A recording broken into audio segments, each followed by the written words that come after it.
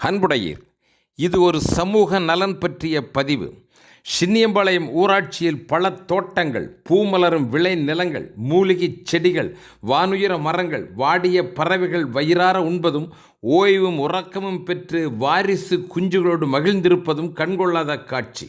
மரம் வைப்பது, வளர்ப்பது, ஏன் சகல தீய சக்திகளிடமிருந்து பாதுகாப்பது, வன விலங்குகள் நிறைந்த கனகத்தின் மத்தியில் கை குழந்தையை பொத்தி பொத்தி வளர்க்கின்ற ஒரு தாயின் மனக்கஷ்டத்தை போன்றது. மக்கட்பண்பில்லாதவனை மரம் என்றார் வள்ளுவர். நீட்டோலை வாசிக்க அறியாதவனை மரம் என்றார் ஔவையார். பாஞ்சாலி படும் துயரை காணாதவர் போல தலை கவிழ்ந்தவர்களை நெட்டை மரங்கள் என்றார் பாரதி. மரம் என்றால் அவ்வளவு கேவலமாய் என்ன? இல்லை, பூமியின் மேல் நடந்த சிற்சீர் இது ஒரு உயிர்காக்கும் சித்திரம்.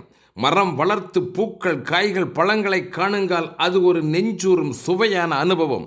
இன்பத் தேனால் இதயமே நனைந்து எல்லையில்லாமல் கிடைத்த பேரின்ப பரவசம். மரத்தின் நன்மையோ எல்லையில்லாத விண்ணுலகு போன்றது. மரம் வளரும் உயிர்களில் ஆயுள் அதிகம் கொண்டது. மரம் இருக்கும் வரை பூ பூக்கும், இறக்கும் வரை காய் காக்கும். வெட்டி நட்டினால் கிளையும் மரமாகும். மரங்களின் பயனோ சொல்லில் அடங்காது. காற்றை சலவை செய்யும், கார்பன் வாயுவை முழுங்கி மனித உயிரோட்டத்திற்கான பிராணவாயுவை வாரி வழங்கும். விண் மேகங்களை இழுத்து மழையாக பொழியும். மண்ணின் மடிக்குள் ஏரிகள், குளங்கள், கண்மாய்கள் என எத்தனை சாதனைகள். உண்ண கனியுண்டு, ஒதுங்க நிழல், நோய்க்கு மருந்து, குடியிருக்க ஒரு குடில், அடைக்க கதவு, சமையலுக்கு விறகு. அப்பப்பா, தைலம், எண்ணெய், காகிதம் உட்பட குழந்தைக்கு தொட்டில், நடைவண்டி, எழுதுபொருள், கல்யாணம் முதல் கடைசி சவப்பெட்டி வரை, எரிகின்ற விறகு வரையிலும் அனைத்தும் மரங்களின் உபயம். எனவே மரம் வளர்ப்பது மனித குலத்திற்கே வாழ்வு தரும் மகத்தான சேவை. 50 ஆண்டுகள் வளர்ந்த மரம் வெளியிட்ட உயிர்காற்றின் மதிப்பாளர் தெரியுமா? 5 கோடிக்கு மேல். மண் அரிப்பை தடுத்து நீர்நிலைகளை காக்கும் பணியும் 10 கோடிக்கு மேல். எனவே மரம் வளர்ப்பது நாம் உண்டு நாமே உயிர் வாழ்வதை காட்டிலும் ஒரு சமுதாயம், ஒரு தேசமே உயிர் வாழ்வதற்கு அவசியமானதாகும். வீட்டில் இடமோ மிக குறுகியது என்றாலும் ஒரு 2 வாழை, 2 முருங்கை, ஒரு பலா, கருவேப்பிலை, மிளகாய், கத்திரி, தக்காளி, வெண்டை என வாய்ப்புள்ளதை வைத்து வாருங்கள். இதற்கு ஒரு வீட்டு கழிவுநீர் மட்டுமே போதும். அளவில் சிறியது, ஒரு சிறு துளி என்றாலும் உங்கள் வீட்டு காய்கறிகளும் இந்திய தேசிய விவசாய உற்பத்தியில் ஒரு பங்கு என்பதை யாராலும் மறுக்க முடியாது. சின்னியம்பாளையத்தில் 10க்கு மேற்பட்ட இடங்களில் பசுஞ்சோலைகள், மரங்கள், காய்கனிகள், மலர்கள், மூலிகை செடிகள் என 100க்கு மேற்பட்டவருடைய வியர்வை துளிகளால் இன்று விளைந்து நிற்கின்றது. வெங்கட்டாபுரம் முருகன் கோயிலுக்கு தென்புறத்தில் 1 ஏக்கர் பூமி ஒரு காலத்தில் சீமை வேலிகளும் இடையே மக்களின் கழிவறையாக மூக்கை துளைக்கும் உடைநாற்றம் கொண்டதாகவும் இருந்தது.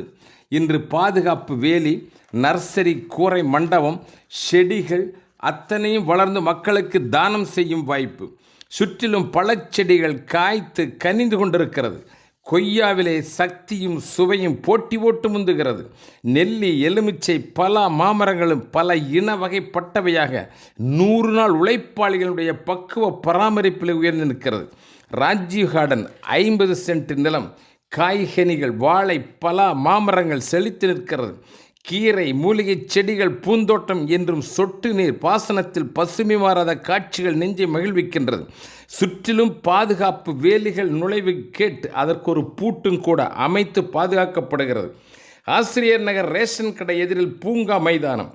பழைய மரங்களும் உண்டு, புதிய காய்கனி செடிகளும் உண்டு.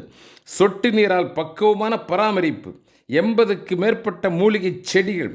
வரும் காலத்தில் நோய் தீர்க்கும் மருத்துவ பூங்காவாக மாறுகிற வாய்ப்பு இருக்கிறது. தரைமட்ட தொட்டி, சம்புவை சுற்றிலும் ஏராளமான மூலிகை செடிகளும் வளர்ந்து நிற்கின்றது.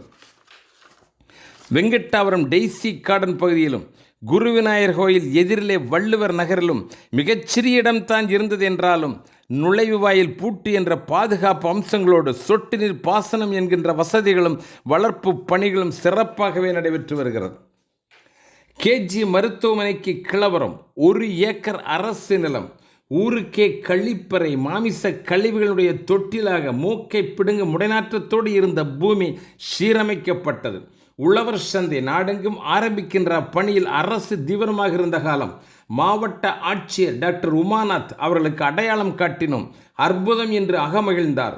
உழவர் சந்தையினுடைய தேவை பயன்பாடுகள் குறித்து 50 பக்க ப்ராஜெக்ட் ரிப்போர்ட் அறிக்கை சமர்ப்பிக்கப்பட்டது.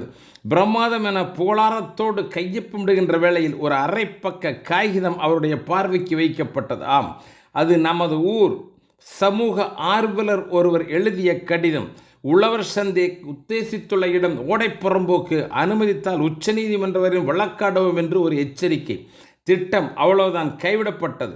அவருக்கு மனமார்ந்த நன்றி. இன்று அங்கு நூற்றுக்கணக்கான மரங்கள், பறவைகள், ஆடி பாடி ஆனந்திக்கின்ற மயில்கள், குயில்கள் இவற்றின் வாழ்விடமாக செழித்து வளர்ந்து நிற்கிறது. அவனாசி ரோடு கோகுலம் பார்க் எதிரில் 1 ஏக்கர் ஓடை ஏரி அன்று மாமிச கழிவுகளின் மயான பூமியாக இருந்தது. பேருந்தில் பயணிப்போரும் கூட மூக்கை மூடிக்கொள்ள வேண்டிய குடைநாற்றமாக இருந்தது. இதற்கு மேல் ஹோட்டல் கழிவுகள், கட்டிட இடிபாடுகள் என ரோட்டையே ஆக்கிரமித்து வளர்ந்து கொண்டிருந்தது. வாராது போல் வந்த மாமணியாக திரு மயில்சாமி அவர்கள், the president of rotary club of Sai city, துணை நின்றார். கர்நாடகாவிலிருந்து 10 அடி உயர மரங்கள், இயற்கை உரங்கள், சொட்டு நீர் பாசனம், இன்று அடர் மரங்கள், நறுமணம் மலர்களுடன் தூய்மையான பிறப்பிடமாக கம்பீரமாக எழுந்து நிற்கிறது. ஊராட்சி எதிரிகளுக்கு இதுவும் கூட உள்ளத்திலே ஒரு உறுத்தல், தடை கற்கள் அங்கு பொடியாயின. மக்களின் பங்களிப்புடன் பொது கழிவறையின் சுற்றிலும் பசுமை மரங்கள், பிரம்மாண்டமான ஆலமரம், அரச மரத்தோடு பூச்செடிகளும் தென்னை வாய்களும் வளர்ந்தோங்கி நிற்கின்றது. பொது கழிப்பறை, அதனை சுற்றிலும் மட்டுமல்ல, அதற்கு அடுத்துள்ள மயானத்திலும் பல்வேறு மரங்கள் வானலாக உயர்ந்து நிற்கின்ற பசுமை படர்ந்து நிழல் நிறைந்த காட்சி மனதிற்கு மகிழ்வானதாக. பார்ப்போர் உதட்டிலே விரல் வைத்து ஆச்சரியம் கொள்ளுகின்ற பசுமை காடுகளை பராமரிக்கின்ற 100 நாள் பணியாளர்கள், பணிதள பொறுப்பில் இருக்கின்ற சகோதரிகள், வழிகாட்டு மக்கள் நல பணியாளர் திருமதி கோமதி, காலம் பார்த்து சொட்டு நீர் பாசன பணிகளை பக்குவமாக செய்கின்ற குடிநீர் பணியாளர்கள் விஜயன், சுப்பிரமணியம், மயில்சாமி, நெப்போலியன் குழுவினரும் இவர்களுடைய பணி பெரும் பாராட்டுதலுக்குரியது. இத்தனைக்கும் உயர்வாக ஆண்டு கணக்கில் உடல் உழைப்போடு சில லட்சங்களையும் தாராளமாக தானம் செய்து நர்சரி ஷெட்டு போடுவதிலே இருந்து பயிர்களுக்கான மண்புழு உரம், நோய் தடுப்பு மருந்துகள் வரை கொணர்ந்து ஆழக்கடல் போல நிறையன்பு உள்ளம் கொண்ட திரு பார்த்திபன் நெஞ்சிலே நீங்காத இடம் அவருக்கு எப்பொழுதும் உரித்தாகும். அன்பார்ந்த பெரியோர்களே, உங்கள் அனைவருக்கும் ஒரு முக்கிய அறிவிப்பு. சின்னியம்பாளையம் ஊராட்சியிலே இப்படி சொட்டு நீர் பாசனத்தோடு பசுமை பண்ணை உருவாக்கப்பட்டிருப்பதை நீங்கள் வந்து ஒரு முறை கண்டுகளியுங்கள். இங்குள்ள செடிகளை பாதுகாக்கவும் முறையாக பராமரிக்கவும் உழைப்பு தானம் செய்யக்கூடிய உண்மையான சமூக சிந்தனையாளர்களை நாங்கள் வரவேற்கிறோம். செடிகளை தன் சொந்த பிள்ளைகளாக கருதி பாதுகாக்கின்ற கருணை உள்ளங்களுக்கு அன்பான வேண்டுகோள், வாருங்கள், நம்மால் இந்த ஊருக்கு இயன்ற பணிகளை செய்வோம். வளர்ச்சி பணிகளிலே பங்கேற்க வாய்ப்பில்லாதவர்கள், உங்களுக்கான வேண்டுதல், உங்கள் சார்பாக பூ, பழம், காய்கனி செடிகளை அன்பளிப்பாக தாருங்கள். பல ஆண்டுகளுக்கு பின்பும் உங்களுடைய பெயர் சொல்லும் பிள்ளைகளாக அவை பயணித்து கொண்டிருக்கும். மிகுந்தோர் பொறுப்பேற்று பூந்தோட்ட காவல் பணிக்கு வாருங்கள். விருப்பம் மிகுந்தவர்களை வாருங்கள் என்று அழைக்கிறோம். பணிச்சுமை மிகுந்தோர் வாரம் ஒரு நாளேனும் உடன் உதவிட வாருங்கள், உடன் உழைக்க வாருங்கள். வாய்ப்புகள் இல்லை என்றால் செடிகளை அன்பளிப்பாவது வழங்குங்கள். இயற்கை உரமும் தேவையான மருந்தும் கொடுத்து இப்பணி சிறக்க உதவிட வாருங்கள் என்று அன்போடு அழைக்கிறோம். எவ்வகையாயிலும் எந்நிலை என்றாலும் நமது ஊரினுடைய பசுமை புரட்சிக்கு உங்களுடைய பங்கும் தாராளமாக இருக்கட்டும் என்றே விரும்புகிறோம். நன்றி, வணக்கம்.